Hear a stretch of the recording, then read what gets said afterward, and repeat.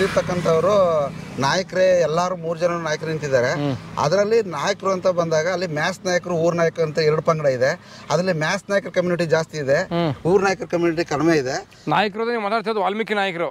ವಾಲ್ಮೀಕಿ ನಾಯಕ ಅವರೆಲ್ಲ ಮ್ಯಾಸ್ ನಾಯಕರ ಸರ್. ಹೌದಾ? ಮ್ಯಾಸ್ ನಾಯಕರು. ಒಂದೇನ್ ಹೇಳ್ತಂದ್ರೆ ಸರ್, ಹಿಂದೆ ಮಹಾರಾಷ್ಟ್ರದಲ್ಲಿ ಮಹಾರಾಷ್ಟ್ರ ಹೈಕೋರ್ಟ್ ಒಂದು ಆದೇಶ ಕಳಿಸಿದೆ, ಆದೇಶ ಮಾಡಿದೆ 3 ಬೆಂಚಿನ ಜಡ್ಜ್ಮೆಂಟ್. ಅದೇ 3 ಬೆಂಚ್ ಜಡ್ಜ್ಮೆಂಟ್ ಹೇಳಿದ್ರೆ ಕರ್ನಾಟಕದಲ್ಲಿ ನಾಯಕ ಸಮುದಾಯ ಇಲ್ಲ. ನಾಯಕಡದ ಉಪಪಂಗಡ ನಾಯಕಡನ ಮೇನ್ ಪದ ಬರಬೇಕು. ಅದ್ರ ಉಪಪಂಗಡಗಳು ನಾಯಕಡ, ಚೋಲೆವಲ ನಾಯಕ, ಮೋಟ ನಾಯಕ, ನಾನಾ ನಾಯಕ ಇದೆಲ್ಲ ಬರುತ್ತೆ. ಇದು ಕರ್ನಾಟಕದಲ್ಲಿ ಇಲ್ಲ ಅಂತ ಹೇಳಿದೆ. ಆದರೆ ಇಲ್ಲೇನಾಗಿದೆ ಅಂದ್ರೆ ಈ ನಿಜವಾಗ್ಲೂ ನಮ್ಗೆ ಈಗ ಬ್ರಿಟಿಷರ ಸರ್ಕಾರದಲ್ಲಿ ಮೊಟ್ಟ ಮೊದಲು ಜಾತಿ ವಿಂಗಡಣೆ ಮಾಡೋ ಸಂದರ್ಭದಲ್ಲಿ ಬ್ರಿಟಿಷರ್ ರಾಣಿ ಎಲಿಜಬೆತ್ ರಾಣಿಯವರು ಆದಿವಾಸಿಗಳಂತ ಗುರುತು ಮಾಡಿದ ಯಾರನ್ನ ಅಂದ್ರ ಜೇನು ಕುರುಬ, ಬೆಟ್ಟ ಕುರುಬ, ಸೋಲಿಗ, ಯರವ, ಇರುಳಿಗ, ಅಸಲರು, ಈ 6 ಜಾತಿನ ಕನ್ಸಲ್ಟ್ ಮಾಡಿದ್ದು. ಅದ್ರ ಮೇಲೆ ಈ 44 ಜಾತಿ ಏನು ಸೇರ್ಕೊಂಡಿದ್ದಾವೋ ಅವ್ಯಾವು ಪರ್ಫೆಕ್ಟ್ ಆಗಿ ಕುಲಶಸ್ತ್ರ ಅಧ್ಯಯನಗಳಾಗಿಲ್ಲ. ಕೆಲವೊಂದು ಆಗಿದೆ. ಈಗ ಈಗ ಗೋಂಡ ಇವೆಲ್ಲ ಇದಾವಲ್ಲ, ಅವೆಲ್ಲ ಕುಲಶಸ್ತ್ರ ಅಧ್ಯಯನ ಆಗಿದೆ. ಕೆಲವೊಂದು ಇದು ಮೆಜಾರಿಟಿ ಗುಂಪು ಏನಿದೆ ಅವ್ಯಾವ ಕೂತ ಕುಲಶಸ್ತ್ರ ಅಧ್ಯಯನ ಆಗಿಲ್ಲ, ರಾಜ್ಯ ಸರ್ಕಾರದ ಅನುಮೋದನೆ ಆಗಿಲ್ಲ, ಮತ್ತೆ ಅಸೆಂಬ್ಲಿನಲ್ಲಿ ಗೆಜೆಟ್ ಆಗಿಲ್ಲ, ಮತ್ತೆ ರಾಷ್ಟ್ರಪತಿಗಳ ಅಂಗೀಕಾರ ಆಗಿಲ್ಲ. ಇದೆಲ್ಲ ತುಂಬಾ ಇದೆ ಸರ್. ಹಂಗಾಗಿ ನಾವು ಅದ್ರ ವಿರುದ್ಧ ಹೋರಾಡ್ತಾ ಇದೀನಿ. ಅದೊಂದು ಕೇಸ್ ಮಾಡ್ತಾ ಇದೀನಿ. ಜೊತೆ ಇನ್ನೊಂದೇನು ಅಂದ್ರೆ ಈ ಸಲ ಬಳ್ಳಾರಿಗೆ ಎಂಪಿಗೆ ನಾನು ಕಾಂಪೀಟ್ ಮಾಡಿದ್ದೆ, ಎಂಪಿಗೂ ಕೂಡ ಎ ತುಕಾರಾಮ್ ಅವ್ರ ವಿರುದ್ಧ. ಯಾವ ಪಾರ್ಟಿಯಿಂದ? ಅಲ್ಲಿ ಏನಾಯ್ತು ಅಂದ್ರೆ ಅವ್ರ ಸ್ನೇಹಿತರು, ನಮ್ಮ ಸ್ನೇಹಿತರೊಬ್ರು ಅಲ್ಲಿ ಅಂದ್ರೆ ಪಕ್ಷೇತ್ರನೇ ಅದು ಯಾವೊಂದು ಸಂಘದ ಹೆಸರು ಇಟ್ಕೊಂಡು ಮಾಡಿದ. ಅದೇನು ಪಾರ್ಟಿ ಅಲ್ಲ, ಅದು ಯಾವುದು ಜನಹಿತ ಪಕ್ಷೇತ್ರನೇ ಸರ್. ಅದೇನು ಮರ್ತು ಬಿಟ್ಟಿದ್ದೀನಿ ಸರ್, ಪಕ್ಷೇತ್ರ ತರಾನೇ ಅದು. ಅಲ್ಲೂ ಅಷ್ಟೇ. ಈಗ ಸರ್ ಅವ್ರು ನಿಜವಾದ ಒರಿಜಿನಲ್ ಇವರೇ ಆಗಿದ್ರ. ಅಲ್ಲಿ ಶ್ರೀರಾಮುಲು ಅವ್ರು ಕೂತಿದ್ರು ಯಾವತ್ತು ಸ್ಕೂಟ್ನಿ ದಿನ, ಈ ತುಕಾರಾಮ್ ಅವ್ರು ಕೂತಿದ್ರು. ಅವ್ರು 9 ಜನ, ಅವರು ಅಷ್ಟೇ 9 ಜನ ಏನಿದ್ರು ಎಲ್ಲ ಕೂತವ್ರ. ಸೆಂಟ್ರಲ್ ಒಬ್ಬ ಅಬ್ಸರ್ವರ್ ಬಂದು ಕೂತವ್ರ, DC ಕೂತವ್ರ. ಅವ್ರ ಎದುರು ನಾನು ಹೆಂಗ್ ಕೇಳ್ತೀನಿ ಅಂದ್ರ ಕ್ವಶನ್ ಮಾಡ್ತೀನಿ. ನಾನು ಏನಂತ ಕ್ವಶನ್ ಮಾಡ್ತೀನಿ, ನೋಡಿ ಸ್ವಾಮಿ ಇವ್ರು ಕೂತಿರೋರು ಯಾರು ST ಅಲ್ಲ, ಇವರೆಲ್ಲ ಫೇಕ್ ST, ಸುಳ್ಳು ST ಸರ್ಟಿಫಿಕೇಟ್ ತಗೊಂಡಿದ್ದಾರೆ, ನಾವು ಮಾತ್ರ ಒರಿಜಿನಲ್ ST. ಇವನ್ನೆಲ್ಲ ಡಿಸ್ಕ್ವಾಲಿಫೈಡ್ ಮಾಡ್ಬಿಟ್ಟು ನಮ್ಮನ್ನ ಅವಿರೋಧ ಆಯ್ಕೆ ಮಾಡಿ ಅಂತ ಕೇಳ್ತೀನಿ ನಾನು. ಅವ್ರು ಸತ್ಯ ಇದ್ದಿದ್ರ ಕೇಳ್ಬೋದಿತ್ತಲ್ಲ ಅವರು. ನೀನ್ ಯಾರು ಕೇಳಕ್ಕೆ, ನೀನ್ ಯಾಕೆ ಇದನ್ನ ಕೇಳ್ತಿದ್ದೆ ಅಂತ ಪ್ರಶ್ನೆ ಮಾಡ್ಬೋದಿತ್ತಲ್ಲ. ಮಾಡಿಲ್ಲ. ಯಾಕಂದ್ರೆ ಅವ್ರು ಫೇಕು. ಅಂದ್ರೆ ನಾಯಕರು ಇದಾರೆ ಸರ್. ಈಗ ನಮ್ಮ ಈ ಭಾಗದಲ್ಲೆಲ್ಲ ಇವರೆಲ್ಲ ಹಿಂದ್ಲಿಂದನೂ ಇದು ಮಾಡಿದ್ದಾರೆ. ಇವ್ರನ್ನ ನಾವು ಪ್ರಶ್ನೆ ಮಾಡಕ್ಕಾಗಲ್ಲ. ಆದ್ರೆ ಅವರು ಮ್ಯಾಸ್ ನಾಯಕನ ಹೋಗಿ ನಾಯಕರು ಮಾಡ್ಕೊಂಡಿದಾರಲ್ಲ. ಮ್ಯಾಸ್ ನಾಯಕ ಅನ್ನೋದನ್ನ ಮ್ಯಾಸ ತೆಗೆದ್ಬಿಟ್ಟು ಆಮೇಲೆ ಮ್ಯಾಸರಟ್ಟಿ ಅಂತ ಅವ್ರ ಊರ್ ಹೆಂಗ್ ಬರುತ್ತೆ ಸರ್, ಗ್ರಾಮದ ಹೆಸರೇ ಮ್ಯಾಸರಟ್ಟಿ. ಮ್ಯಾಸ ಅನ್ನೋದೇನೋ ಒಂದು ಜಾತಿ, ಮ್ಯಾಸರಟ್ಟಿ ಅಂದ್ರೆ ಮ್ಯಾಸರ ಊರು ಅಂತ ಈ ಜನ ವಾಸ ಮಾಡುವಂತ ಜನ. ಹಂಗಾಗಿ ಅದನ್ನು ಕೂಡ ನಾವು ಇದರಲ್ಲಿ ಧಾರವಾಡ ಹೈಕೋರ್ಟ್ ಅಲ್ಲಿ ಕೇಸ್ ಹಾಕಿದೀವಿ. ಅದು ಕೂಡ 15ನೇ ತಾರೀಕು ಅವ್ರಿಗೆ ಇದು ಪಾಸ್ ಆಯ್ತು, ನೋಟಿಸ್ ಪಾಸ್ ಆಯ್ತು ಅವ್ರಿಗೆ. ಅದು ಬೇಗ ಆಗುತ್ತೆ. ಯಾಕಂದ್ರೆ ಅದು ಡಬಲ್ ಇದಿದೆ, 2 ತರ ಇದೆ. ಒಂದು ಜಾತಿದು, 2ನೇದು 20 ಕೋಟಿ ಹಗರಣದ್ದು. ವಾಲ್ಮೀಕಿ ನಿಗಮದ 20 ಕೋಟಿ ಅನುದಾನ ಅವ್ರು ಖರ್ಚು ಮಾಡಿರೋದು ED ಅವ್ರ ರಿಪೋರ್ಟ್ ತೆಗೆದು ನಾವು ಅಟ್ಯಾಚ್ ಮಾಡಿ ಕೇಸ್ ಮಾಡಿರೋದು. ಸರಿ. ಹಂಗಾಗಿ ಅದ್ರಲ್ಲೂ ಗೆಲ್ತೀವಿ, ಇದ್ರಲ್ಲೂ ಗೆಲ್ತೀವಿ ಸರ್. ಗೆಲ್ತೀವಿ. MLA MP ಆಗೋದು ಸೆಕೆಂಡ್ರಿ. ಒಂದು ಹೋರಾಟ ನಮ್ದು ಹೋರಾಟ. ಯಾಕಂದ್ರೆ ಇಡೀ ನಮ್ಮ ಆದಿವಾಸಿಗಳು ಸಹ 49 ಆದಿವಾಸಿಗಳೇ ಒಂದ್ ಕಡೆ 15 ಲಕ್ಷ ಇದೀವಿ. ಈ ಒಂದೇ ಒಂದು ಕ್ಯಾಸ್ಟ್ 38 ಲಕ್ಷ ಇದೆ. ನಾಯಕ ಸಮುದಾಯ. ಅದೇ ನಾಯಕ ಅಂದ್ರೆ ಫೇಕ್ ನಾಯಕರೆಲ್ಲ ಸೇರ್ಕೊಂಡ್ಬಿಟ್ಟಿದ್ದಾರೆ. ಈಗ ಏನಿದಾರೋ ದೊಡ್ಡ ನಮ್ಮ ರವಿ ಚಿನ್ನಣ್ಣ ಸಾಹೇಬರು ಕೂಡ ಆದಿಯಾಗಿಯೂ ಮ್ಯಾಸ್ ನಾಯಕರೇ ಅವರು. ಅಂದ್ರೆ ದೊಡ್ಡ ಅಧಿಕಾರಿಗಳೆಲ್ಲ ಮ್ಯಾಸ್ ನಾಯಕರೇ. ಎಲ್ಲ ಸುಳ್ಳು ಸರ್ಟಿಫಿಕೇಟ್ ತಗೊಂಡು ಆಗಿರೋದು. ಇವಾಗ ಈ ನಿಮ್ಮ ಹೋರಾಟದಲ್ಲಿ ಜಯ ಗಳಿಸಿದ್ರೆ ಯಾವ ಸಮುದಾಯಕ್ಕೆ ಒಳ್ಳೇದಾಗುತ್ತೆ? ಈಗ ನಾವು ಮೂಲ ಪಂಗಡ 12 ಬುಡಕಟ್ಟು ಏನಿದೀವೋ ನಮ್ಗೆ ತುಂಬಾ ಫಸ್ಟ್ ಆಫ್ ಆಲ್ ಹೆಲ್ಪ್ ಆಗುತ್ತೆ ಸರ್. 12 ಯಾವುದು? 12 ಅಂದ್ರೆ ಜೇನು ಕುರುಬ, ಯರವ, ಕಾಡು ಕುರುಬ, ಸೋಲಿಗ, ಅಕ್ಕಿಪಿಕ್ಕಿ, ಡೊಂಗ್ರಿಗೆರೆಸಿಯ, ಮಲೆಕುಡಿಯ, ಅಸಲರು, ಗೌಡಲು, ಮತ್ತೆ ಗೋಂಡ, ಆಲಕ್ಕಿ ಎಲ್ಲ ಬರ್ತಾರೆ ಸರ್. 12 ಪಂಗಡ. ಈಗ ನ್ಯೂಟ್ರಿಷನ್ ಫುಡ್ ಕೊಡ್ತಾ ಇದಾರೆ. ಈಗ ಮೊಟ್ರೇಷನ್ ಕೊಡ್ತಕ್ಕಂಥ 12 ಪಂಗಡಕ್ಕೆ ಬರುತ್ತೆ. ಒಟ್ಟಾರೆ 49 ಪಂಗಡಕ್ಕೂ ಬರುತ್ತೆ ಸರ್. ಸಿಕ್ಕಲ್ ಸಲ ನಿಮಗೂ ಇದೆಯಾ? ಹೌದು ಸರ್, ನಮಗೂ ಇದೆ. ಹೌದು ಸರ್. ಅದ್ರ ಬಗ್ಗೆ ಮಾತಾಡೋಣ ಮುಂದೆ ಹೋಗ್ತಾ. ಈಗ ಸ್ವಾಮಿ ಸರ್, ಈ ಗಿರಿಜನರಲ್ಲಿ ಕಾಣಿಸ್ಕೊಳ್ಳತಕ್ಕಂಥ ಈ ರಕ್ತಹೀನತೆ, ಸಿಕ್ಕಲ್ ಸಲ ನಿಮಿಯಾ, ಆ ಕಾಯಿಲೆ ನಿಮಗೂ ಇದೆ? ನಮ್ಗಂದ್ರೆ ನಮ್ಮ ವಂಶ ಇದೆ ಸರ್, ನಮ್ಮ ಟ್ರೈಬಲ್ಗೆಲ್ಲ ಇದೆ. ನನಗಿಲ್ಲ. ಕೆಲವ್ರಿಗೆಲ್ಲ ಇದೆ ಸರ್. ಹಾಂ ಹಾಂ. ಅಂದ್ರೆ ಅದು ಅದನ್ನ ಗಮನಿಸ್ತಾ ಇಲ್ಲ ಜನ. ಅದೇ ನಿಮಗೆ ಇದೇ ಕಾಯಿಲೆ ಅಂತ ನ್ಯೂಟ್ರಿಷನ್ ಫುಡ್ ಕೊಡ್ತಾರಲ್ಲ. ಹೌದು ಸರ್, ಅಲ್ವಾ? ಹೌದು ಸರ್. ಈಗ ನಮ್ಮಲ್ಲಿ ಎಷ್ಟೋ ಜನ ಬಳಲಿದ್ದಾರೆ ಅದರಲ್ಲಿ. ಹಾಂ. ಅದ್ರದ್ದು ಇದು ಏನು ಅಂತ ಗೊತ್ತಿಲ್ಲ. ಈಗ ನಮಗೂ ಇರ್ಬೋದೇನೋ, ನಾವು ಟೆಸ್ಟ್ ಮಾಡಿಸಿಲ್ಲ. ಯಾಕಂದ್ರೆ ನಮಗೂ ನಡೆದ್ರೆ ಸುಸ್ತಾಗುತ್ತೆ, ಹಾಂ, ಆ ಥರ ಎಲ್ಲ ಇದೆ ಸರ್. ಹೌದು. ಹಂಗಾಗಿ ಹೇಳಕ್ಕಾಗಲ್ಲ ಸರ್, ಇದ್ರೂ ಇರ್ಬೋದು. ಈಗ ನಿಮಗೆ ನ್ಯೂಟ್ರಿಷನ್ ಫುಡ್ಡು ಲೈಕ್ ಅದೇ ಮೊಟ್ಟೆ, ಬೇಳೆ, ತುಪ್ಪ ಹಾಂ ಸರ್ ಕೊಡ್ತಾ ಇದ್ದಾರೆ ಸರ್. ಕೊಡ್ತಾ ಇದ್ದಾರಾ? ಸಿಗ್ತಾ ಇದೆಯಾ? ಕೊಡ್ತಾ ಇದ್ದಾರೆ ಸರ್. ಹಾಗಿದ್ರೆ ಸರಿ. ಮೂಲ ಎಲ್ಲಿಯವರು ನೀವು ಅಂತ ಅಂದರೆ ನಿಮ್ಮ ತಂದೆ ತಾಯಿ? ಈಗ ನಾವೆಲ್ಲ ಸರ್ ಮೂಲ ಅಲ್ಲಿ ಬಂಡೀಪುರ ನ್ಯಾಷನಲ್ ಪಾರ್ಕ್ ಒಳಗಡೆ. ಹಾಂ. ಅಲ್ಲಿ ಏನು ಪ್ಲೇಸ್ ಜಾಗದ ಹೆಸರು ಕಾಡು ಒಳಗಡೆ ಸರ್, ಕೇರಳ ಬಾರ್ಡ್ರ್ ಅದು. ಅಲ್ಲಿಂದ ಬಂದವ್ರು ನಾವು ಮೂಲತಃ. ಅಲ್ಲಿಂದ ನಾವು ಎತ್ತಂಗಡಿ ಮಾಡಿಸಿದ್ದು ನಮ್ಮ ತಾತ ಅವ್ರ ಕಾಲದಲ್ಲಿ. ಉಳ್ಳಿಪುರದ ಕೆರೆ ಭಾಗದವ್ರು ನಾವು. ಉಳ್ಳಿಪುರದ ಕೆರೆ ಅಂತಿದೆ ಸರ್. ಉಳ್ಳಿಪುರದ ಕೆರೆ ಬಂಡೀಪುರ ನ್ಯಾಷನಲ್ ಪಾರ್ಕ್ ಒಳಗಡೆ ಇದೆ ಅದು. ರಿಸರ್ವ್ ಫಾರೆಸ್ಟ್ ಒಳಗಡೆ ಉಳ್ಳಿಪುರದ ಕೆರೆ ಅಂತಿದೆ. ಅದೊಂದು ಒಂದೊಂದು ಹಳ್ಳಿ. ಅಲ್ಲಿ ನಾವು ಇದ್ದಕ್ಕಂಥ ಪ್ರದೇಶ ಅದು. ಅಲ್ಲಿಂದ ಈ ಫಾರೆಸ್ಟ್ ಆಕ್ಟ್ ಏನು 1972ನೇ ಆಕ್ಟ್ ಬಂದಾಗ ನಮ್ಮನ್ನ ಅಲ್ಲಿಂದ ಹೊರ ಹಾಕಿ ದಬ್ಬಿ ಈ ಕಾಡು ಹಂಚಿಗೆ ತಂದು ಬಿಟ್ಟಿದ್ರು ಸರ್. ಆವಾಗ ನಾವು ಅಲ್ಲಿ ಎಲ್ಲಾರ ಮನೇಲಿ ಜೀತ ಮಾಡ್ಕೊಂಡು ಕೂಲಿ ಮಾಡ್ಕೊಂಡು ಹೆಂಗ ಜೀವನ ಸಾಕ್ತಾ ಬಂದು ನಮ್ಮ ತಂದೆ ತಾಯಿಗಳು. ನಮ್ಗೆಲ್ಲೂ ಜಮೀನು ಸಿಕ್ಕಿಲ್ಲ ಅವಾಗಿಂದ. ಇವಾಗ ನಮ್ಮ ಕಾಲದಲ್ಲೇ 2.5 ಎಕರೆ ಜಮೀನು ಸಿಕ್ಕಿರೋದು ಇವಾಗ ಇಲ್ಲಿ ಬಸವನಗಿರಿ ಹಾಡಿನಲ್ಲಿ. ಹಾಂ ಸರ್. ಈಗ ಸಂತೋಷವಾಗಿದ್ದೀರಾ ನೀವೆಲ್ಲ? ಅಂದ್ರೆ ಸಂತೋಷನೂ ಅಲ್ಲ ಅನ್ನಂಗಿಲ್ಲ, ದುಃಖನೂ ಅನ್ನಂಗಿಲ್ಲ, ಸಮಾಧಾನದಾಗಿದ್ದೀವಿ. ಮಿಶ್ರ ಪ್ರತಿಕ್ರಿಯೆ. ಯಾಕಂದ್ರೆ ಸಂತೋಷ ಆಗಿದ್ದೀವಿ ಅಂತಂದ್ರೆ ಎಲ್ಲಾನು ಸರಿ ಇರ್ಬೇಕು. ನಾವೇನು ಗೊತ್ತಾ, ನಾವು ಜೀವನಕ್ಕೋಸ್ಕರ ಏನಾದ್ರು ಒಂದು ಮಾಡ್ತಾನೆ ಸರ್ಕಲ್ ಮಾಡ್ತಾ ಇರ್ಬೇಕಲ್ಲ ಸರ್. ಅಲ್ಲಿ ಕಾಣವ ನಿಮ್ಮ ಜಮೀನುಗಳ? ನಮ್ಮ ಜಮೀನುಗಳು ಸರ್ ಅಲ್ಲೆಲ್ಲ. ಹಾಂ ಸರ್. ಹಾಂ ಹಾಂ. ಅದ್ಯಾವುದು ಹಳ್ಳ? ಅದು ನೀರಲ್ಲ ಸರ್, ಅದು ಇದು ಪಾಲಿ ಹೌಸ್. ನೈಸ್. ಇದೆಲ್ಲ ಇದು ಗೋಮಾಳ? ಹಾಂ ಗೋಮಾಳ ಸರ್. ಅದೇ ಫಾರೆಸ್ಟ್ ಅದು ಗೋಮಾಳ. ಈ ರೋಡ್ ಎಂಡಿಂಗ್ ಕಾಣ್ತಾ ಇದೆಯಲ್ಲ ಸರ್, ಅದರಿಂದ ಆ ಕಡೆ ಫುಲ್ ಫಾರೆಸ್ಟ್ ಕಾಡು. ಹಾಂ ಹಾಂ. Nagarhole national park. ಸರಿ ಸರಿ ಸರಿ, ಚೆನ್ನಾಗಿದೆ. ಹಾಂ ಸರ್. ಈಗ ಮೂಲ ನಾವು ಬಂದಿರೋಂಥ ವಿಷಯದ ಬಗ್ಗೆ ಮಾತಾಡೋಣ. ಸರಿ ಸರ್, ಸರಿ ಸರ್. ಈಗ ನಿಮ್ಮ ಹಿನ್ನೆಲೆ ತಿಳ್ಕೊಬೇಕು ಮತ್ತು ನಿಮ್ಮ ಜನಾಂಗದ ಹಿನ್ನೆಲೆ, ನಿಮ್ಮ ಹೋರಾಟದ ಬದುಕು, ನಿಮ್ಮ ಕಷ್ಟ ಕಾರ್ಪಣ್ಯಗಳನ್ನ ಕೇಳಬೇಕು ಅಂತ ಮೊದಲನೇಗೆ ಆ ಪ್ರಶ್ನೆಗಳನ್ನ ಕೇಳ್ಕೊಂಡೆ. ಈಗ ಅತಿ ಮುಖ್ಯವಾಗಿ ತಿಳಿಸಿ, ಸೋಲಿಗ, ಅದರಲ್ಲೂ ನಿಮ್ಮದು ಬುಂಡೆ ಸೋಲಿಗ ಅಂತ ತಿಳಿಸಿದ್ರಿ. ಬುಂಡೆ ಸೋಲಿಗ ಸಮುದಾಯದ ಈ ಜಾನಪದ ಕಲೆಗಳು ಯಾವ್ಯಾವುದು ಅಂತ? ಅದೇ ಸರ್, ಮೊದಲನೇದಾಗಿ ನಾವು ಹಿಂದೆ ನಮ್ಮ ತಾಯಂದ್ರೆಲ್ಲ ಮಗು ಮಲಗ್ಸಕ್ಕೂ ಹಾಡು ಆಡ್ತಿದ್ರು. ಅವ್ರದೇ ಆದ ಒಂದು ಹಾಡು, ಕತೆ ಕಟ್ಕೊಂಡು ಆಡೋದು, ಜೋಗಳ ಹಾಡು. ಈಗ ಸೀರಿಯಲ್ ನ್ಯಾನ ಕಟ್ಕೊಂಡು ಮಗು ಮಲಗ್ಸಾಗ ನಮ್ಮ ತಾಯಂದ್ರೆಲ್ಲ ಆಡೋರು, ನಮ್ಮ ಅಜ್ಜಿ ನಮ್ಮ ತಾಯಂದ್ರೆಲ್ಲ. ಅದು ಕೂಡ ಜನಪದ ಶೈಲಿನೇ. ಜೊತೆಗೆ ರಾಗಿ ಬೀಸುವಾಗ ರಾಗಿ ಬೀಸೋ ಪದ ಆಡ್ತಿದ್ರು. ಅದು ಕೂಡ ರಾಗಿ ಬೀಸುವಾಗ ರಾಗಿ ಬೀಸೋ ಹಾಡು ಕೇಳಕ್ಕೆ ಒಂದ್ ಚಂದ. ಇಬ್ರು ಕೂತ್ಕೊಬಿಡೋರು, ಇಬ್ರು ಕೂತ್ಕೊಂಡ್ಬಿಟ್ಟು ಅವ್ರು ರಾಗಿ ಬೀಸ್ಕೊಂಡು ಅವ್ರಿಗೆ ಆ ಧ್ವನಿ ಮಗ್ದತನಲ್ಲೇ 2-3 ಕುಕ್ಕ ರಾಗಿ ಬೀಸ್ಬಿಡೋರು. ಆ ಹಾಡನ್ನ ಧ್ವನಿ ಕೇಳೋರ್ಗೆ ಒಂದು ಆನಂದ. ಅದು ಅಷ್ಟು ಚೆನ್ನಾಗಿ ಆಡೋರು. ನಿಮಗೆ ಅದು ನನಗೆ ಅಷ್ಟೇ ಗೊತ್ತಿಲ್ಲ ಸರ್. ಅಂದ್ರೆ ಎಲ್ಲ ಮರ್ತೋಗಿದೆ ಸರ್, ನಮಗೂ ಗೊತ್ತಿತ್ತು ಆತ. ಇದೆಲ್ಲ ಒಂದು ಜಾನಪದ ಶೈಲಿ. ಜೊತೆಗೆ ಇನ್ನೊಂದೇನಂದ್ರೆ, ನಮ್ಮಲ್ಲಿ ಗುಂಪಾಗಿ ಖುಷಿ ಆದಾಗ, ಈಗ ಏನಾದ್ರು ಒಂದು ಹಬ್ಬ ಗಿಬ್ಬ ಆ ತರ ಬಂದಾಗ, ನಾವು ಹಬ್ಬ ಆಚರಣೆ ಮಾಡಿದವರಲ್ಲ, ಈ ಕೆಲವರು ದೊಡ್ಡ ಹಬ್ಬ ಬಂತು, ಅವ್ರು ಮಾಡುವಾಗ ನಾವು ಏನಾರು ಮಾಡ್ಬೇಕಲ್ಲ. ಅವಾಗ ಕೋಲಾಟ ಆಡ್ತಿದ್ವಿ. ಸಂಕ್ರಾಂತಿ, ಯುಗಾದಿ, ದಸರಾ, ದೀಪಾವಳಿ ಬಂತಲ್ಲ, ಬಂದಾಗ ನಾವು ಅದನ್ನ ಹಬ್ಬ ಇಟ್ಕೊಂಡ್ ಮಾಡ್ತಿರ್ಲಿಲ್ಲ. ಅವ್ರು ಮಾಡ್ತಾರಲ್ಲ, ನಾವು ಏನಾರು ಸಂತೋಷ ಕುಣಿಯೋಣ ಇರೋಣ ಅಂತ ಹೇಳಿ ಹಿಂದೆ ನಾವೆಲ್ಲ ಬೆಂಕಿ ಹಾಕೊಳ್ಳೋದು, ಸುತ್ತ ಕೋಲಾಟ ಆಡೋದು. ಕೋಲಾಟ ನಮ್ಮ ತಂದೆಯವ್ರೆಲ್ಲ ಕೋಲಾಟ ಕಲಿಸಿದ್ರು, ಚೆನ್ನಾಗಿ ಕೋಲಾಟ ಕಲಿಸ್ತಿದ್ರು, ಕೋಲಾಟ ಹಾಡುಗಳು. ಆಮೇಲೆ ಅದು ಬಿಟ್ರೆ ನಮ್ಮಲ್ಲಿ ಬುಂಡ ಕರೆಯೋದು ಮಾಡ್ತಿದ್ರು. ಬುಂಡ ಕರೆಯೋದಂದ್ರೆ ಆವತ್ತು ಹಬ್ಬದ ಹರಿದಿನಗಳಲ್ಲಿ ಒಂದು ದೈವ ದೇವರುಗಳನ್ನ ಬುಂಡ ಕರೆದು, ಹಿರಿಯರು ಒಬ್ರು ಯಜಮಾನರು ಇರ್ತಾರೆ, ಅವರು ಗುಡ್ಡಪ್ಪ ಅವರು ಬುಂಡ ಕರೆದು, ಈ ಹಬ್ಬ ಬಂದಿರೋದು ಒಳ್ಳೇದ, ಹಬ್ಬ ಆದ್ಮೇಲೆ ನಮ್ ಭವಿಷ್ಯ ಹೆಂಗಿರ್ತದೆ, ನಮ್ ಜೀವನ, ನಮ್ ದಾರಿ ಹೆಂಗಿರ್ತದೆ, ನಮ್ಗೆ ಅನ್ನ ಆಹಾರಕ್ಕೆ ಯಾವ ತರ ದಾರಿ ಕೊಡ್ತೀಯ ಸ್ವಾಮಿ ಅಂತೇಳಿ ಆ ದೇವ್ರನ್ನ ಕೇಳ್ಕೊಳ್ಳೋಂಥದ್ದು.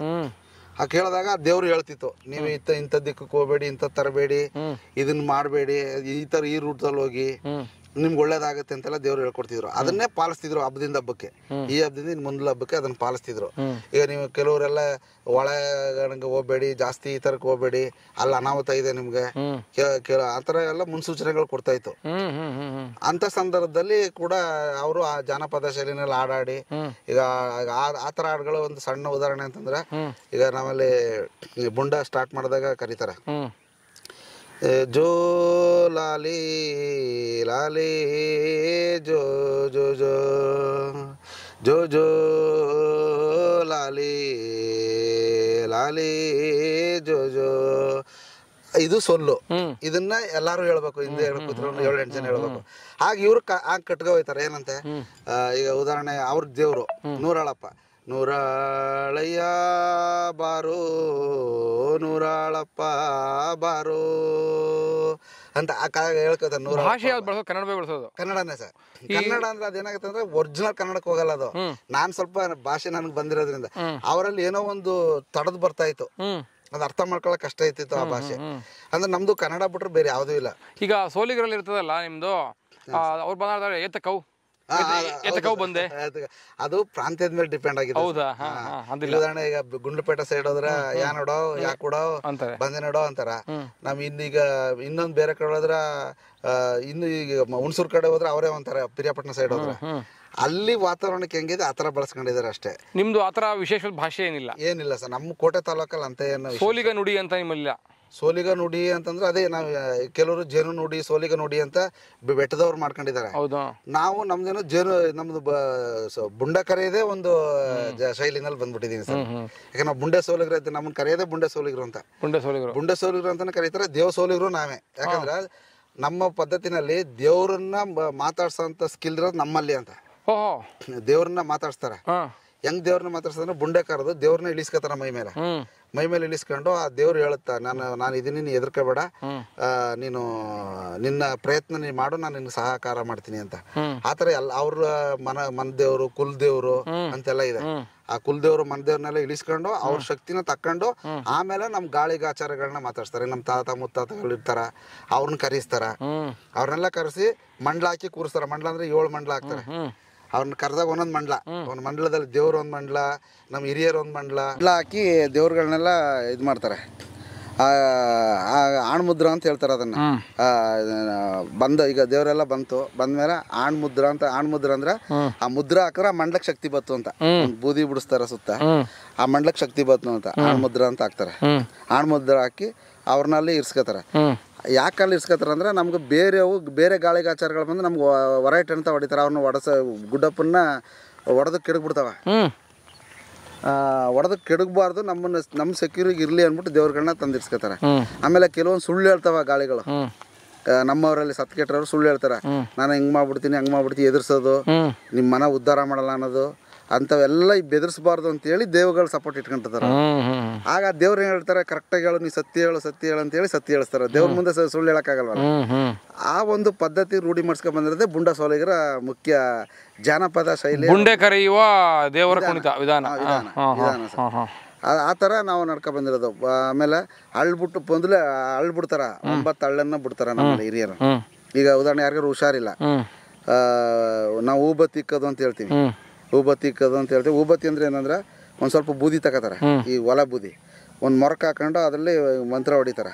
ಅವ್ರು ಹಿಂಗೆ ತೀಡಿ ಮಂತ್ರ ಹೊಡೆದು ಏನು ಮಂತ್ರ ಹೊಡಿತಾರೆ, ಎಲ್ಲ ದೇವ್ರುಗಳನ್ನ ನೆನೆಸ್ತಾರ. ಅಲ್ಲಿ ಎಲ್ಲ ನಮ್ಮ ಹಿರಿಯರನ್ನ ನೆನೆಸ್ಕೊತಾರೆ. ನೆನೆಸಿ ಈ ಥರ ನಮ್ಮಲ್ಲಿ ಮಗುಗೆ ಇದ್ದಕ್ಕಿದ್ದಂಗೆ ಕಾಯಿಲೆ ಬಂದಿದೆ, ಅದನ್ನ ಗುಣಪಡಿಸ್ಬೇಕು, ನೀನಿರೋದು ಏನಕ್ಕೆ ಅಂತೇಳಿ ಅವರು ಮಂತ್ರ ಹೊಡೆದು ಆ ಬೂದಿನ ಅಣಗಡಿಸ್ಬಿಟ್ಟು ಮಣಿಕೊಂಡ್ರೆ ಬೆಳಗ್ಗೆ ಗಂಟೆ ಹುಷಾರಾಗೋಯ್ತಾರೆ. ಅದು ಒಂದು ಪದ್ಧತಿ. ಇನ್ನೊಂದೇನಂದ್ರೆ 9 ಅಳ್ಳು ಬಿಡ್ತಾರೆ. ಅದೇ ಕವಡ ಶಾಸ್ತ್ರ. ಅದನ್ನ ಬಿಟ್ಟು ನೋಡಿ ಚೆಕ್ ಮಾಡ್ತಾರೆ, ಇದು ಏನಾಗಿದೆ, ಯಾರು ಬೇರೆ ಕಡೆಯಿಂದ ಏನಾದ್ರು ದ್ವೇಷಕ್ಕೆ ಏನಾದ್ರು ಮಾಡ್ಬಿಟ್ಟಿದಾರ ಏನು ಅಂತ. ಅದ್ರಲ್ಲಿ ಏನಾರು ಇತ್ತು ಅಂದ್ರೆ ಆ ಬುಂಡ ಕರೀತಾರೆ. ಇದನ್ನ ದೊಡ್ಡದಾದ್ರೆ, ಸಣ್ಣದಾದ್ರೆ ನಾನು ಇದೀನಿ ಬಿಡಪ್ಪ ಅಂತ ಅದೇ ಹೇಳುತ್ತಾ ಶಾಸ್ತ್ರ, ನಾನು ಇದೀನಿ, ಏನು ಹೆದರ್ಕೋಬೇಡ, ಹುಷಾರು ಮಾಡ್ಕೊತೀನಿ ಬಿಡು ಅಂದಾಗ ಅದನ್ನ ಉಪಯೋಗಿಸ್ಕೊಂಡು ಇದು ಮಾಡ್ತಾರೆ. ಅಂತ ಒಂದು ಪದ್ಧತಿ. ನಿಮ್ಮ ಹಾಡು ಕುಣಿತ ಎಲ್ಲ ಹೆಂಗೆ? ಸೋರೆ ಬುಂಡೆ ಕುಣಿತ ಏನದು? ಸೋರೆ ಬುಂಡೆ ಕುಣಿತ ಅಂದ್ರೆ ಅಲ್ಲಿ ನಮ್ಮ ಹಿಂದೆ ಪೂರ್ವಕರು ಏನು ಮಾಡ್ತಿದ್ರು ಅಂದ್ರೆ, ನಾವು ಬುಂಡೆ ಕರೆಯುವಾಗ ನಾವು ಸೊ ನಾವು ಸೋಲಿಗ ಮಕ್ಕಳು ದೂರಿ ದೂರಿ, ನಾವು ಬುಂಡೆ ಕರೆಯೋ ಮಕ್ಕಳು ದೂರಿ ದೂರಿ, ನಮ್ಮ ಬುಂಡೆಯೇ ಜೀವನ ದೂರಿ ದೂರಿ, ನಾವು ದೇವಲೋಕಕ್ಕೆ ಹೋಗಬೇಕು ದೂರಿ ದೂರಿ ಅನ್ಕೊಂಡು ಕುಣಿತಾರ ಬುಂಡೆನ. ಅದೇನಿಗೆ ಸಂತೋಷ ಬಂದಾಗ ನಾವು ಆ ಹಳ್ಳಿಗಳಲ್ಲಿ ಒಂದೇನೋ ಖುಷಿ ಆಯಿತು, ಒಂದು ಹೆಣ್ಮಗಳು ನೀರು ಹಾಕೊಂಡ್ಲು, ನೀರು ಹಾಕೊಂಡ್ ದಿನ ಅವಳನ್ನ ಸೊಪ್ಪಿನ ಶಾಸ್ತ್ರ ಅಂತ ಮಾಡ್ತಾರೆ. ಆ ಸೊಪ್ಪಿನ ಶಾಸ್ತ್ರ ಮಾಡೋ ದಿನ ಆ ಬುಂಡೆ ಕುಣಿತನ ಮಾಡ್ತಿದ್ರು ಹಿಂದೆ. ಆ ಕುಣ್ಕೊಂಡು ಹಾಡು ಹೇಳ್ಕೊಂಡು ಒಂದು ಸಂತೋಷ, ಒಂದು ಆಚರಣೆ ಮಾಡೋ ಅಂಥದ್ದು. ಆ ಥರ ಬುಂಡೆ ಹಿಡ್ಕೊಂಡು ಕುಣ್ಕೊಂಡು ಹಾಡಾಡ್ತಿದ್ದೋ. ಯಾವ ನಮ್ಮ ವೇಷಭೂಷ ಹಾಕೊಂಡು ನಮ್ಮ ನಿಜವಾದ ಪದ್ಧತಿ ಏನಿತ್ತು, ನಾವು ಹಿಂದೆ ಏನು ಮಾಡ್ತಿದ್ದೋ, ಯಾವ ಥರ ಉಡುಗೆಗಳು ತುಟ್ಕೋತಿದ್ದೋ, ಸೊಪ್ಪು ಕಟ್ಕೊಂಡು ಗಿಪ್ಪೆಲ್ಲ ಕಟ್ಕೊಂಡು ಎಲ್ಲ ಮಾಡ್ಕೊಂಡು ಆ ಥರ ಅದನ್ನ ಈಗ ಒಂದು ಕಲೆ, ಒಂದು ಜಾನಪದ ಕಲೆಯಾಗಿ ಉಳಿಸ್ಕೊಂಡಿದ್ದೀರಿ ಅಂತ. ಸರ್. ಏನೇನು ವಾದ್ಯ ಬಳಸ್ತೀರಿ ಅದಕ್ಕೆ? ಅದಕ್ಕೆ ಏನಿಲ್ಲ, ಒಂದು ದಂಬಡಿ ಇರ್ತಿದೆ. ಇವಾಗ ದಂಬಡಿ ಸಿಗ್ತಾ ಇಲ್ಲ ಸರ್. ನಾವೀಗ ಮಾಮೂಲಿ ತಮಟನೆ ಬಳಸ್ಕೊತಾ ಇದೀವಿ, ಹೊರಗಡೆ ಲೋಕಲ್ ಸಿಕ್ಕ ತಮಟನೆ ಬಳಸ್ಕೊ. ಅದು ದಂಬಡಿ ಬಡ್ಕೊಂಡು ಒಂದು ಕಬ್ಬಣ, 2 ಕಬ್ಬಣ ತಕೊಂಡು, ಮೊದ್ಲೆಲ್ಲ ಈಗೆಲ್ಲ ಕಂಚಳ ಬಳಸ್ತಾರೆ, ಮೊದ್ಲೆಲ್ಲ ಕಬ್ಬಣ ಗ್ಲಾಸು ಆ ಥರ ಬಡ್ಕೊಂಡು ಕುಣಿತಿದ್ರು, ಚಪ್ಪಾಳೆ ಬಡ್ಕೊಂಡು ಆ ಥರ ಕುಣಿತಿದ್ರು. ಒಂದು ಜಿಂಗಲ್ಲು ಒಂದು ದಂಬಡಿ ದಂಬಡಿ ಆ ಥರ ಬಡ್ಕೊಂಡು ಮಾಡ್ತಿದ್ರು. ಜೊತೆಗೆ ಇನ್ನೊಂದು ಕಾಟಿ ವೇಷ ಅಂತ ಮಾಡ್ತೀವಿ ನಾವು. ಕಾಟಿ ವೇಷ ಆ ಕಾಟಿ ವೇಷ ಯಾಕೆ ಮಾಡ್ತಿದ್ದು ಅಂದ್ರ, ನಮ್ಮಲ್ಲಿ ಕೆಲವು ಹಿಂದೆಲ್ಲ ಕುಮರಿ ಬೇಸಾಯ ಅಂತ ಮಾಡ್ತಿದ್ವಿ. ಕುಮರಿ ಬೇಸಾಯ ಮಾಡ್ತಿದ್ದಾಗ ಅದಕ್ಕೆ ಕುತಿ ಬಿತ್ತನ ಅಂತ. ಕುತಿ ಬಿತ್ತ ಅಂದ್ರ ಇರೋ ತರಗೆಲ್ಲ ಅಂಟಿರ್ತದ, ಅದಕ್ಕೆ ಬೆಂಕಿ ಹಾಕ್ಬಿಡೋದು. ತರಗೆಲ್ಲ ಸುಟ್ಟೋದಾಗ ಕಳ ಇರಲ್ಲ, ಎಲ್ಲ ಮಣ್ಣೆ ಆಗೋಯ್ತದ. ಆವಾಗ ಏನ್ ಮಾಡೋದು, ಬಿತ್ತನ ಏನಿದೆ ಬಿತ್ತನ ಚೆಲ್ಬಿಟ್ಟು ಆಗದು ಮಿಶ್ರ ಮಾಡೋದು. ಫಸ್ಟ್ ಬಿತ್ತನ ಚೆಲ್ಬಿಟ್ಟು ಆಮೇಲೆ ಮಿಶ್ರ ಮಾಡೋದು. ಅದ್ರ ಬೂದಿ ಇರ್ತಿತ್ತಲ್ಲ, ಬೂದಿ ಒಳಗಡೆ ಇದು ಮುಚ್ಚೋಗಿ ಆಮೇಲೆ ಅದ್ರ ಮೇಲೆ ಮಣ್ಣು ದಬ್ಬಾಕೊಂಡ್ರೆ ಅದು ಉತ್ಕೃಷ್ಟವಾಗಿ ಬೆಳೆದು ನಮ್ಗೆ ಒಳ್ಳೆ ಆಹಾರ ಸಿಗ್ತಾ ಇತ್ತು. ಆ ಸಿಕ್ಕದಕ್ಕೆ ಏನು ಮಾಡೋದು, ಬೆಳೆಗೆ ತಿಂದ್ವಲ್ಲ ನಾವು, ಅವಾಗ ಕಾಡು ಪ್ರಾಣಿಗಳು ಬಾಯಿ ಕಟ್ತಾರ ಅಂತಿದ್ರು. ಕಾಡು ಪ್ರಾಣಿಗಳು ಬಂದು ನಮ್ಮನ್ನ ಅದನ್ನ ಸಂಪೂರ್ಣ ಮೇಯ್ಕೋಬಾರ್ದು. ಆ ಮೇಯ್ಕೋಬಾರ್ದು ಅಂದ್ರೆ ಜಾಸ್ತಿ ಬತ್ತಿದ್ದದು ಯಾವ ಕಾಟಿಗಳು, ಕಾಡೆಮೆಗಳು ಒಂದೊಂದು ಹಿಂಡಿ ಬಂದ್ರೆ 100-200 ಹಂಗಿರ್ತಿತ್ತು. ಆಮೇಲೆ ಅದು ಆನೆಗಳು ಜಾಸ್ತಿ ಗುಂಪಾಗಿ ಬರೋದು, ಆನೆಗಳು ಕಾಟೆಗಳಿಗೆ.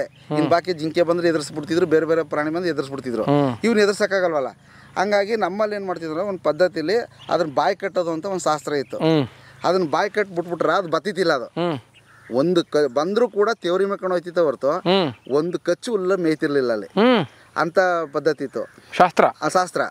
ಆವಾಗ ನಾವೇನು ಮಾಡ್ಬೇಕು, ಬೆಳೆಸಿ ಬಂದ್ಮೇಲೆ ಅದನ್ನ ಪೂಜೆ ಮಾಡಿ ಆ ಕುಯ್ಲು ಕೂದು ಅದಕ್ಕೆ ಒಂದಿಷ್ಟು ಅಂತ ಎತ್ತು ಮಾಡ್ಬಿಡ್ಬೇಕು ನಾವು.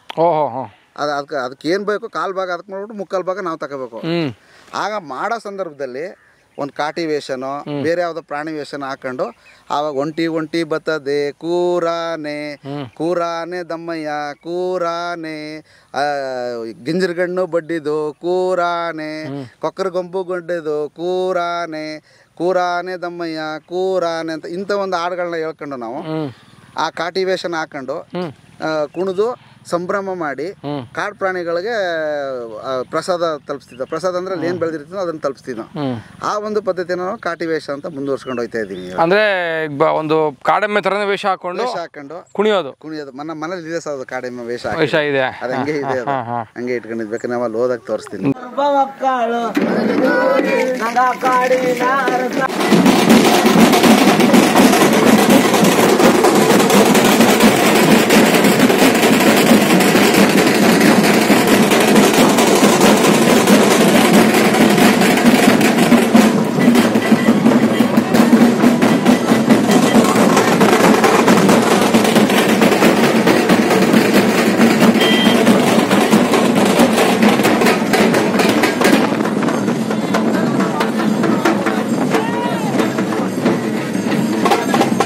ನೋಡೋಣ ಕಾಟಿ ವೇಷ. ಈಗ ಸೋಲಿಗರ ಪ್ರಸಿದ್ಧ ನೃತ್ಯ ಗೋರುಕಾನ ಅಂತ ಕರೀತಾರೆ. ಹೌದು ಸರ್. ಈಗ ಗೋರುಕ ನಿಮ್ಮಲ್ಲಿಲ್ವಾ? ಗೋರುಕ ಸೋಲಿಗರ ಸಂಪ್ರದಾಯನೇ, ಪ್ರಾಂತ್ಯಕ್ಕೆ ಸಂಪ್ರದಾಯ ಅಷ್ಟೇ ಸರ್, ಜನಾಂಗಕ್ಕೆ ಸಂಪ್ರದಾಯ ಅಲ್ಲ. ಅದು ರೊಟ್ಟಿ ಹಬ್ಬ ಮಾಡ್ತಾರೆ, ಅವರು ಗುರುಕನ ಮಾಡ್ತಾರೆ. ಗುರುಕನ ಮಾಡಿದ ತಕ್ಷಣ ಸೋಲಿಗ ಅನ್ನಕ್ಕಾಗಲ್ಲ, ರೊಟ್ಟಿ ಹಬ್ಬ ಮಾಡಿದ ತಕ್ಷಣ ಸೋಲಿಗ ಅನ್ನಕ್ಕಾಗಲ್ಲ. ಈಗ ನಾವೇನ್ ಮಾಡ್ತೀವಿ, ಈಗ ನಾವು ಇಲ್ಲಿರೋ ಸೋಲಿಗರು ಬುಂಡ ಕರಿತೀವಿ, ಅವ್ರು ಬುಂಡ ಕರೆಯೋದೇ ಇಲ್ಲ, ಅವ್ರ ಬುಂಡ ಪದ್ಧತಿ ಇಲ್ಲ, ನಾವು ಬುಂಡ ಕರಿತೀವಿ. ನಾವು ಏನ್ ಮಾಡ್ತೀವಿ, ಗೆಡ್ಡೆ ಗೆಣಸು ತಂದು ಎಡೆ ಇಡ್ತೀವಿ. ಗೆಡ್ಡೆ ಗೆಣಸು ತಂದು ಸುಟ್ಟು ಅರ್ಧ ಬೇಯಿಸಿ ಅರ್ಧ ಸುಟ್ಟು ಜೇನುತುಪ್ಪ ಇಟ್ಟು ಎಡೆ ಇಟ್ಟು ಪೂಜೆ ಮಾಡ್ತೀವಿ ನಮ್ಮ ದೇವ್ರಗಳಿಗೆ. ಆಮೇಲೆ ಜಾಲದ ಧೂಪ ಅಂತಿದೆ, ಜಾಲದ ಧೂಪ ತಂದು ನಾವು ಗಂಧ ಕಡ್ಡಿ ಎಸಲ್ಲ. ಆಮೇಲೆ ಗಂಧದ ಕೊರಡು, ಗಂಧದ ಇದು ಚಕ್ಕೆ ನಾವು ಪೂಜೆಗೋಸ್ಕರ ಸ್ವಲ್ಪ ಎತ್ತಿಟ್ಕೊಂಡಿರ್ತೀವಿ. ಅದನ್ನ ಸ್ವಲ್ಪ ಚಕ್ಕ ತೆಗೆದು ಗಂಧದ ಧೂಪ ಮತ್ತೆ ಜಾಲದ ಧೂಪ ಎರಡನ್ನೂ ಹಾಕಿ ಆ ಪದ್ಧತಿಲೇ ನಾವು ಪೂಜೆ ಮಾಡಬೇಕು. ಅವತ್ತು ಮೈ ಮೇಲೆ ಬಟ್ಟೆ ಹಾಕಂಗಿಲ್ಲ ನಾವು, ಅಂದ್ರೆ ಗಂಡಸರು ಮಾತ್ರ, ಹೆಂಗಸ್ರು ಏನಿಲ್ಲ, ಗಂಡಸರು ಮಾತ್ರ ಮೈ ಮೇಲೆ ಬಟ್ಟೆ ಹಾಕಂಗಿಲ್ಲ, ಇದು ಮಾಡ್ಕೊಂಡೆ ಮಾಡ್ತೀವಿ ನಾವು ಅಂತ ಒಂದು ಪದ್ಧತಿ ಇದೆ. ಅದೆಲ್ಲ ಅದಕ್ಕೆ ಒಂದೊಂದು ಪ್ರಾಂತ್ಯಕ್ಕೆ ತಕ್ಕಂಗೆ. ಇವಾಗೆಲ್ಲ ಏನಾಗಿದೆ ಅಂದ್ರೆ ನಮ್ಮ ಅದೇ ಏನು ಹಬ್ಬ ಅದು ನೀವು ಮಾಡೋದು?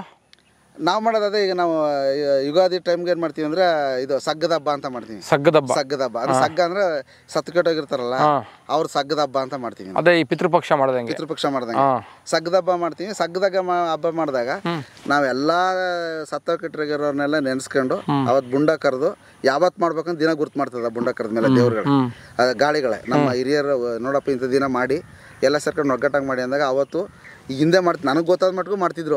ಹಿಂದೆ ಎಲ್ಲ ಗುಂಪಾಗಿ ಹೋಗೋರು, ಹೋಗಿ ಜೇನು ಗೆಣಸು ಹಣ್ಣು ಎಲ್ಲ ತಂದ ತರೋರು, ಏನೇನು ಸಿಕ್ಕುತ್ತಾ ಹೋದಾಗ ಅದೆಲ್ಲ ತಂದು ಒಂದ್ ಕಡೆ ಇಟ್ಟು ಅದನ್ನ ಅವತ್ತು ಎಲ್ಲಿ ಮಾಡ್ಬೇಕು, ನಮ್ಮ ಸಗ್ಗ ಅಂದ್ರೆ ಸ್ಮಶಾನದ ಹತ್ರ ಹೋಗಿ ಅಲ್ಲೇ ಸ್ಮಶಾನದ ಹತ್ರ ಪೂಜೆ ಮಾಡಿ ಅದೆಲ್ಲ ಬೇಯಿಸಿ ಸುಟ್ಟು ಎಲ್ಲ ಮಾಡಿ ಎಲ್ರಿಗೂ ಅದನ್ನೇ ಪ್ರಸಾದ ಹಂಚಿ ಅದನ್ನೇ ಊಟ ಮಾಡಿ ನಾವು ಮನೆಗೆ ಬರ್ತಿದ್ದ.